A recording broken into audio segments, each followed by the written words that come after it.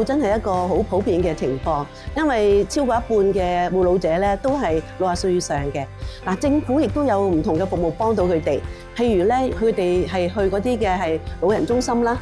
係社區嘅或者係一啲地區性嘅咧，都有一啲服務專俾護老者。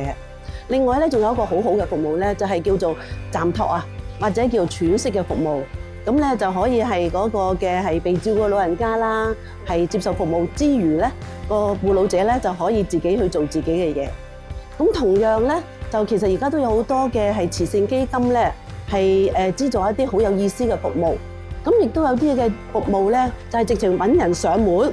去陪嗰個嘅被照顧老人家。於是嗰個嘅屋企人咧，佢可以留低得嘅，但佢都可以出街。咁咧就真係一個好好嘅服務嚟嘅。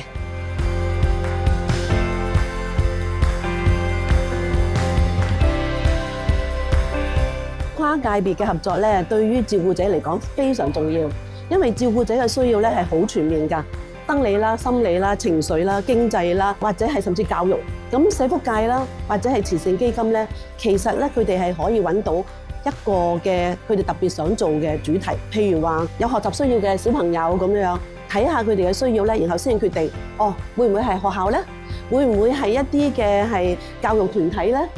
仲可能包括輔導啦，或者係醫療啦、交通啦咁。好多時候咧，其實原來好多界別都好有興趣，問題就係缺乏一個牽頭人。